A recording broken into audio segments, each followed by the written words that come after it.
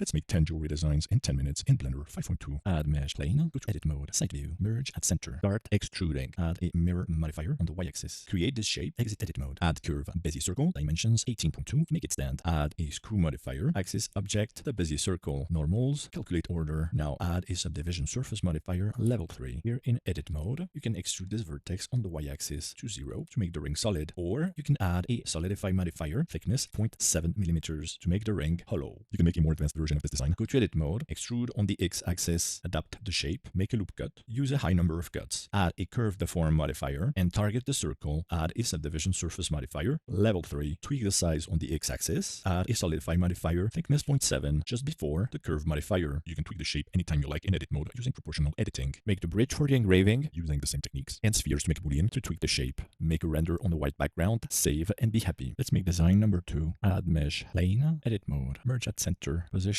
9.1 on the z-axis, side view, extrude on the y-axis 5 millimeters, extrude, extrude, extrude, extrude, create this shape, add a mirror modifier on the y-axis, then add a screw modifier on the y-axis, steps 120 normals, calculate, flip, add a bevel modifier, add curve, Bezier circle, edit mode, create this profile, add curve, Bezier curve, turn the snap on, center face project, go to edit mode, start editing your curves, curve data, resolution 30, geometry, bevel, object, profile 1, fill caps, add curve, Bezier curve, give it this shape, curve data, tapper object, that curve, tapper radius, multiply, tweak the radius, and don't forget to tweak the tilt, create this profile, adapt another tapper curve to create leaves, create a third profile and tapper curve to create smaller buttons. Don't forget to add the array modifier around the circle, count 6, and readapt the size of your decorations. Make a render of this ring on the rocks, and don't forget to add a coat of red enamel for enhanced visuals. Save and be happy. The third design is going to be a pendant. Add mesh sphere, 80 segments, 40 rings, dimensions 50, flatten the sphere on the z-axis in half, add mesh circle, vertices 320, dimensions 32 millimeters. In edit mode, extrude and scale several times, exit edit mode, add a shrink wrap modifier, target the sphere, wrap method, project on the z-axis, negative, add a solidify modifier, offset 1, thickness 1, don't forget to control A, apply scale. If necessary in edit mode, normals, flip, add a bevel modifier, shade, auto smooth. Let's make a border, copy the base plate, go to edit mode, only keep the outside rim, make the thickness double in the solidify modifier. Likewise, make an oval, if necessary add a subdivision surface modifier, make a boolean using the inside oval. For the bail position, the bail is a mesh circle in the side view, made into this shape in edit mode with proportional editing, extrude to one side in edit mode, add a mirror modifier, a solidify modifier, a bevel modifier, a subdivision surface modifier, and a simple deform tapper modifier. Make border for the bail with more thickness, and use the shear tool in edit mode to adapt them to the bail. Make decorations on the bail using the same shrink wrap technique, but with the nearest surface point and targeting the bail. Adapt the topology of the decorations as needed. Use the same technique to create and complete the decorations on the pendant. And finally, render this design in silver with colored enamels on a wooden door for a nice contrast. These are the nodes for the wood, these are the nodes for the colored enamel, and these are the nodes for the silver material. Design number 4. Add curve, Bezier circle, radius 16. That's just a reference for the size. Add curve, Bezier curve. Curve data, resolution 45. Bevel round, depth 0.6, resolution 21. Fill caps. Start designing some organic structures. Make them go up, make them go down. We want organic, and organic is not flat. Also add a very slight tapper curve to vary the thicknesses along your curves. You can also create a sharp profile and assign it to your design to give your design a different edge. Now add a mesh plane and start creating a solid base structure around your curves. You're going to get something like this with vertices around your design. Make a copy of your base, go to edit mode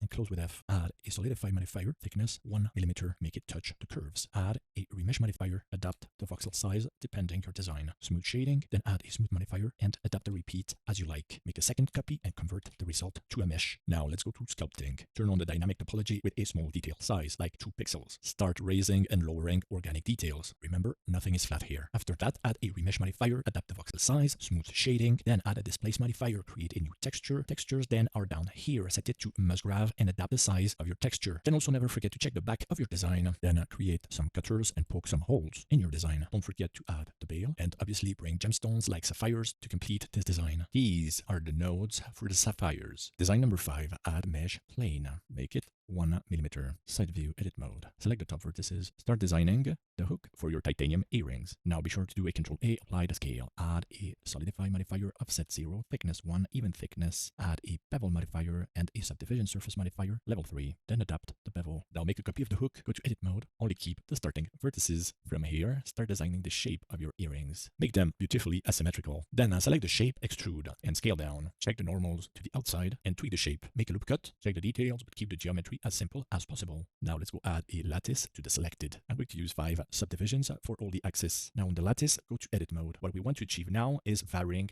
thicknesses for the design of our earrings. And as earlier, keep making the earrings beautifully asymmetrical, playing with the lattice. The lattice will allow you to be creative and precise. Now select both elements, copy them, convert them to mesh, join them, add a remesh modifier, adapt the voxel size as needed, use a smooth shading, and add a smooth modifier, and tweak the amount of repeats as needed, convert to mesh. This will be the right earring, and that will be the left earring. Send them both to be 3D printed directly in titanium. Finish with the render of the earrings in colored anodized titanium. Design number 6. Add mesh plane. Edit mode. Merge at center. Start designing a gemstone. Close with F. Extrude, extrude, scale, extrude, scale, extrude, slightly, scale, slightly. Add a decimate modifier. Adapt the ratio. Add a bevel modifier. Add mesh cylinder. 120 vertices. Radius 9.1. Adapt the position of the gem. Make a copy of the gem. Go to edit mode. Only keep the sides. Inset the bottom face. Delete only face. Ctrl A. Apply scale. Add a solidify modifier. Thickness 1. Offset 1. Even thickness. Apply the modifier. Go to edit mode. Take the bottom vertices and go down. Tweak the height of the bezel. Add a boolean difference manifold from the cylinder. Apply the boolean. Add a remesh modifier. Smooth shading. Add a smooth modifier. Adapt the repeat. Create prongs using a mesh plane, a solidify modifier, a bevel modifier, and a subdivision surface modifier. I'm using 4 prongs to set the gem. Create the body of the ring using simple vertices around the finger size, a shrink wrap modifier near a surface point. Target the finger size, a solidify modifier, a bevel modifier, a subdivision surface modifier, and don't forget to cut the position of the gem using a boolean difference and the cutter. Take all the metal elements, make a copy, convert to mesh, and join. Add and apply a remesh modifier. Let's go to sculpting. Start making a wood bark texture to make this ring more organic. Also smoothing wherever necessary. When the sculpting is advanced enough, turn on the dynamic topology with a small detail size, then create a new texture and load your favorite image. Go on making more details to your model to complete this Freeform Cabochon design. For design number 7, let's bring a 2mm diamond. This design is going to be a cuff bracelet. We're going to create rails with many diamonds. Start with this profile in edit mode. Add Bezier circle, 45mm in edit mode. Select these vertices, extrude on the x-axis, set pivot point to individual origin. Select these vertices, scale on the y-axis to 0. You get this perfect shape. Now create a mesh circle, 70 by 55mm. Make a copy of the perfect shape. Now on the perfect shape, set a curve deform modifier. Target the oval. The opening reference for the wrist is 34mm. Now convert the mesh profile to a curve. Then in the geometry data of the perfect curve, assign the profile as the bevel object. Then convert the result to a mesh. Now on the original, add a bevel modifier, a subdivision surface modifier, and a curve modifier. Target the earlier curve deformed to the oval. Adjust the location on the x-axis and rotate to the proper orientation to get the main rail of the bracelet. Now take the original curve shape of the bracelet, convert it to mesh, and right away convert it back to a curve. This is now a path. Now for the diamonds, add an array modifier. The shape is going to be a curve, and the curve object is the path we've just made. Tweak the count and the orientation of the gems to nicely fit the rail. The prongs get exactly the same array. You just have to find the proper orientation and set the corresponding mirror to get all the prongs at once on the same path. Then copy the diamonds to create the cutters exactly in position and make the corresponding boolean on the bracelet. Then create a simple mesh. Set an array, use the same curve modifier than the bracelet, then add a mirror. Then create the mesh of the inside of the bracelet to cut clean the decorations and finish this high jewelry golden diamonds bracelet cuff design. Design number 8. Add mesh cylinder. Dimensions 19.2. Add mesh plane. Dimensions 12. Up here. Go to edit mode. W. Bevel. Vertices. Adapt as you wish. 0.3mm. Extrude on the z-axis. Scale. Check the normals to the outside. Here. Select the side vertices. Start extruding.